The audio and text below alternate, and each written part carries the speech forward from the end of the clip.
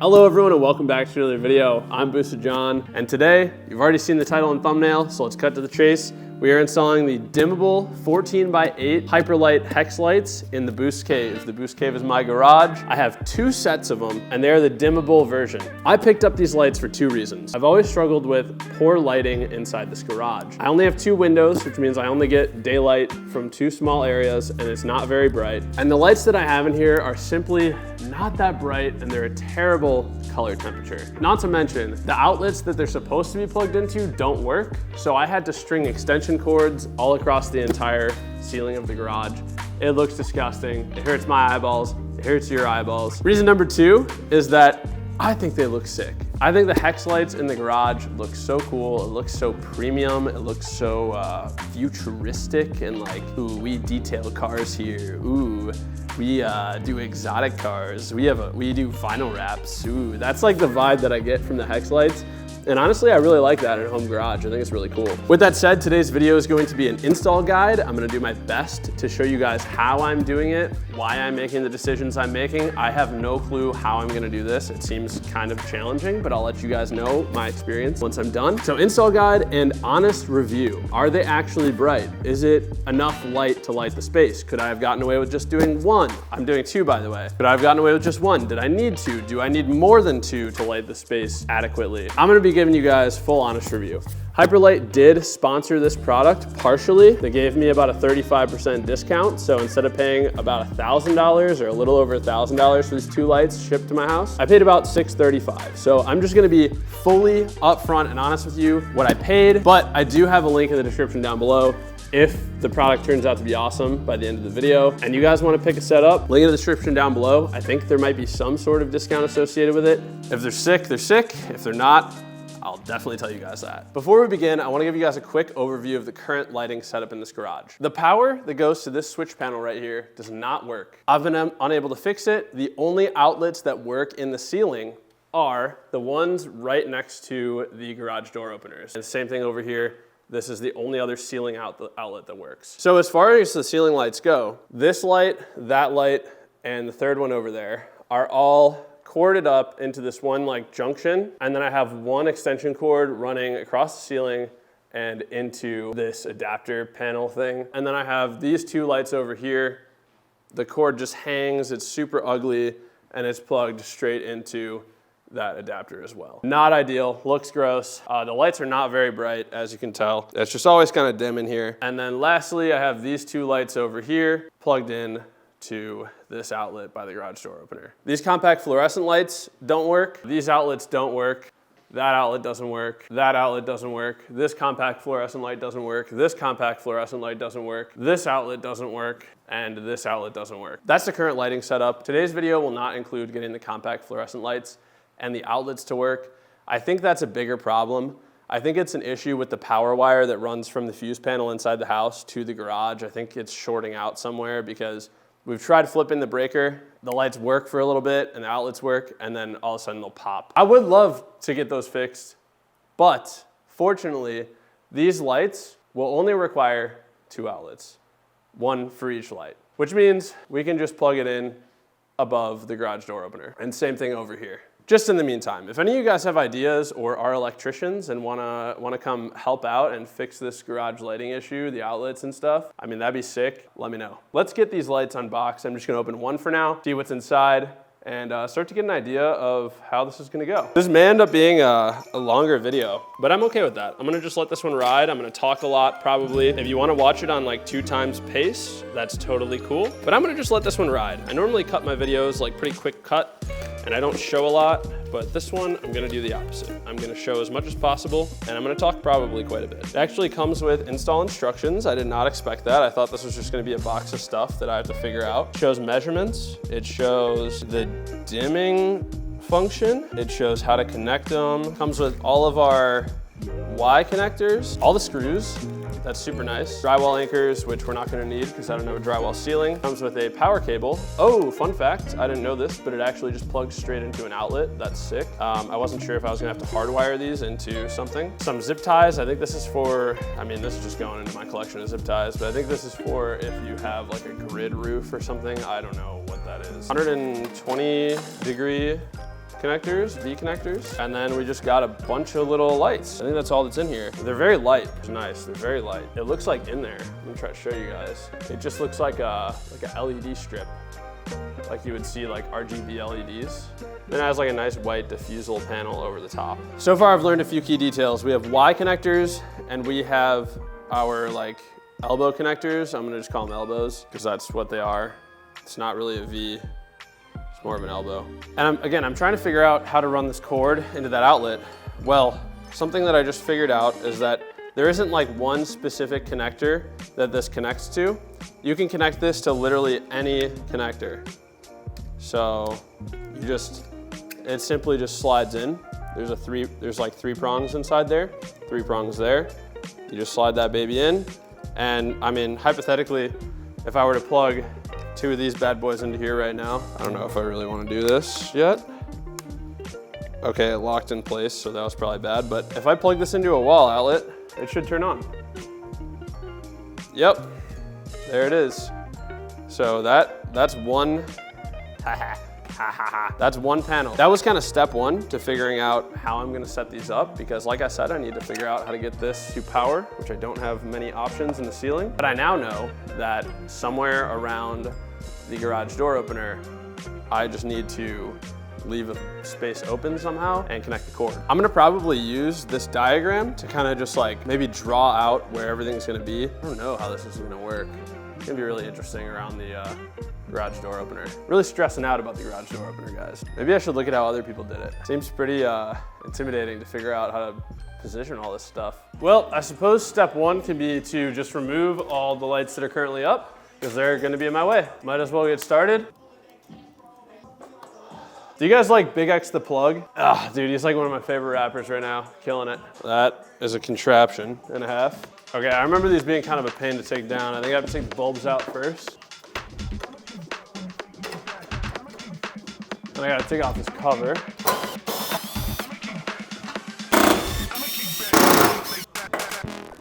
5 more to go.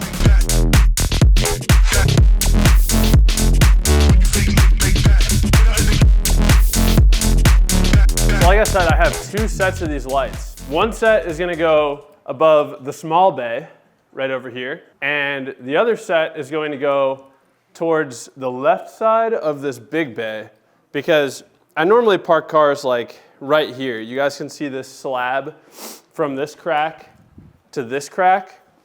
This is normally where I'll park a car, and it usually fits like right in the middle of the slab. I have enough room on the left side and the right side of the car to work on it, get jacks in, jack stands. That's the parking spot. This is the work bay. So I'll have about a 6-inch gap from the rail to where the lights start on the ceiling, either side of the single bay. With that said, I want to space this set of lights for the big bay the same distance from the garage rail as I do on that side, so that way it at least looks like I lined them up with something. You know, that way it looks like they're at least intentionally placed. If I want to install more lighting over there in the future, for whatever reason, I totally can. And I most likely will.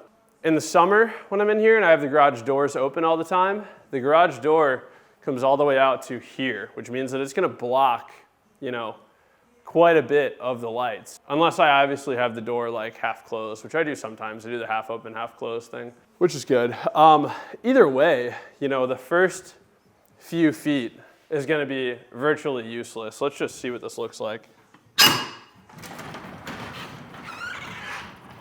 So for sure, it's gotta at least be there. But that. So what if I start it there? Suppose I can just measure from the wall, figure out how far that is. Now, is that too far in? That's my question. Is that too far in? I don't think so. I think it's gonna be like dead perfect. Oh, I think it's gonna be perfect. Perfect positioning. 66.5 inches from that wall. I mean, that's totally fine. That gives me space where like if I wanted to run lights above the workbenches, closer to the wall, I totally can. And I actually do have an idea for something like that, but man, I'd really have to get these outlets in the ceiling working to do it. So I don't want to run cords across the ceiling again, it's so ugly. I have my measurements. I'm trying to figure out the best way to get this centered on the ceiling. I think what I'm gonna do here is probably build this section. That way I have the absolute width of the thing, and I can get it centered perfectly. Okay, next we need a few more of these babies. I go one here, and we're gonna go one here, and then we gotta do elbow down, down. All right, that is the overall width of the setup. The next step is just to screw this to the ceiling. Figure out the centering. Is this pretty sturdy?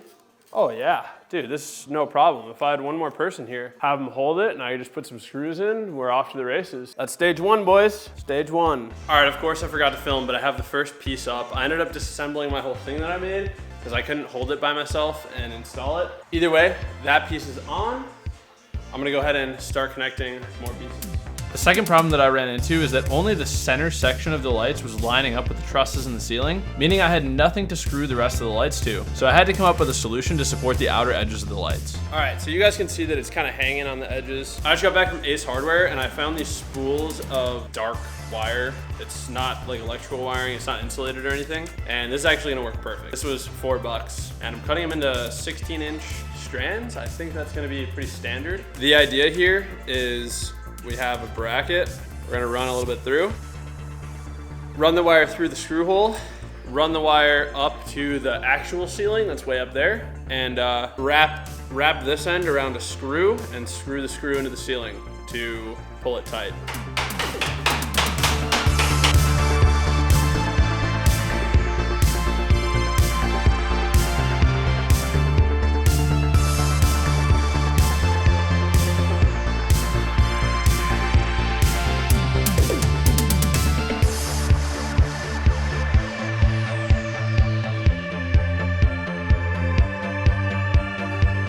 So this is kind of where this gets a little bit complex because we're running into all this jazz. I have a solution to the problem. Cut the L bracket that is on the ceiling and kind of just run the light straight over it.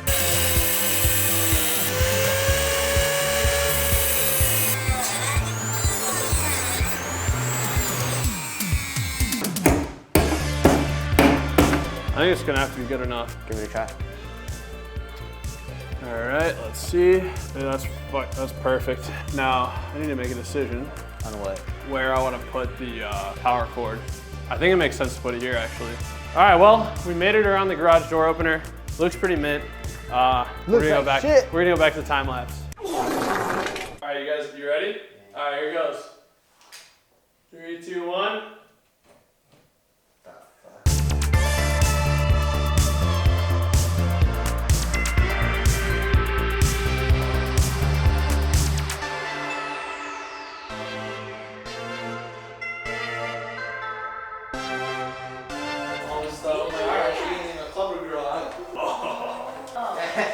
I just was not in the shot. Dude, that's insane. This is nuts. All right, before I get my final thoughts, I want to show you guys how the dimming function works because it's actually really intuitive. And in my case, it's really nice because I didn't have to wire in any kind of dimmer switch. It's all built in. All right, so check this out. All right, so the set above my EG, I have the cord plugged in right there to a Y connector. And then I just ran it above the hex lights and to the outlet that is right by the garage door opener. This other set over here, check it out. It's actually very smooth. I have the light cord coming out of this Y connector right here, goes over the top, plugs into a little orange extension cord with 3 outlet spots in it. That way I can also power that last light. I did leave one up because this corner was kind of dim. So that light is powered also by this outlet above the garage door opener. The way that the dimming function works is all you do, unplug it and then plug it back in within 3 seconds and the brightness will change to 1 lower. Let me just demonstrate really quick. Just set you guys back on the tripod and then I'll run over there. So I believe right now we're on full blast. Let's turn it down to the middle brightness. So unplug and plug back in. This is middle brightness. It is definitely a little bit less bright right now. And then that is full dim. That's full dim. When you dim both of them, it's like a very nice chill lighting in here. It's still very bright, but it's dim enough where it's not like hurting your eyes. You can just like hang out in here, very calm, very chillin'. On full blast, these 2 lights combined are very bright. It is like perfect for work. It's like perfect for a workspace. Everything is very nicely lit. I can see everything in this engine bay perfectly. honestly, they're very bright. It's very nice. The dimming function, very intuitive. It would be even cooler if I had that outlet above the garage door opener on a switch, kind of like the rest of the outlets that are in the ceiling that I was talking about earlier. Those are actually controlled by the switch by the door when you come in. Because then in order to use the dimming function, all you have to do is switch it off and then switch it right back on and it would change brightness. And it'd be so easy. I have to obviously stand on a bucket and reach to the ceiling, unplug it, plug it back in. And here are my final thoughts. Were they difficult to install? No, they were actually so easy to install. Are they worth it? For me, yes, absolutely. I think even at $1,100, they would have been worth it. Just knowing what I know now, how bright they are and how well they light the space, yeah, they're incredible. I think they look so cool in the background of the shots. Like right now, even just this shot of me doing talking head looks so cool. So for me, absolutely worth it in my application, even at full price, I think. For you, you know, if you're not running a business and it's your home garage and you just want it to look cool, it's really up to you how hard you want to go. I obviously own 2 panels. It's a lot of lighting, 14 by 8 times 2. If you just want to add some kind of cool accent lighting to your garage, they do sell smaller panels that are like 5 hexagons, and that's perfect to fit over like an engine bay. Like if you wanted to put it in your garage, like let's just say this was my 1-car garage at home, right? I would maybe do like 1, 2, 3, 4, 5, like literally just this section of panels, boom, right over my engine bay, because then I can see everything I'm working on in the engine bay, and it looks really cool in the garage. Should you pick up 2 14 by 8 panels? If you want to, man. I mean, they look really sweet, and I've said it like 10 times already, but they're extremely bright. So it's your call, obviously. Do they same quality? Yes. Time will tell. Are they gonna burn out? I have no idea. Each panel came with 1 extra like light bar, so if one burns out, I can always swap it out. And they are warranted for 2 years, I believe. I just read that on their website while I was making this video, so it's not like, I'm not reading a script right now by any means. I saw that while I was looking at their website to get the screenshot of the lights, which I did not know, and that's pretty cool. There will actually be one more Boost Cave episode in this series. I was going to include what is in that video in this video, but honestly, I decided to make this video just a straight up lighting install how-to Hyperlite overview. I just think it made more sense to section it off that way. In the next video though, this garage is getting some serious aesthetic improvements. The biggest thing that I've been talking about is that there's no color in here. It's just white and black, and now it's even more white with the lights. So in the next video, this garage is getting some color, it's getting some character, and it's getting some soul. And I'm so excited. Low-key, spoiler alert, I already did it. And that's why I have the camera set up where it is, because I don't want you guys to see what I did. But I'm looking at it right now, and guys, it's so good. It's so good. My grandma is here right now. She's upstairs watching HGTV. I don't know if you hear that in the background. But when she walked in, she said, "Oh my God." That was her exact reaction. I should have filmed it. I thought about it, but I didn't. Anyway, lights, links below. I think there's a discount. I'm Boosted John. We deserve nothing, earn everything. God bless, guys. See ya.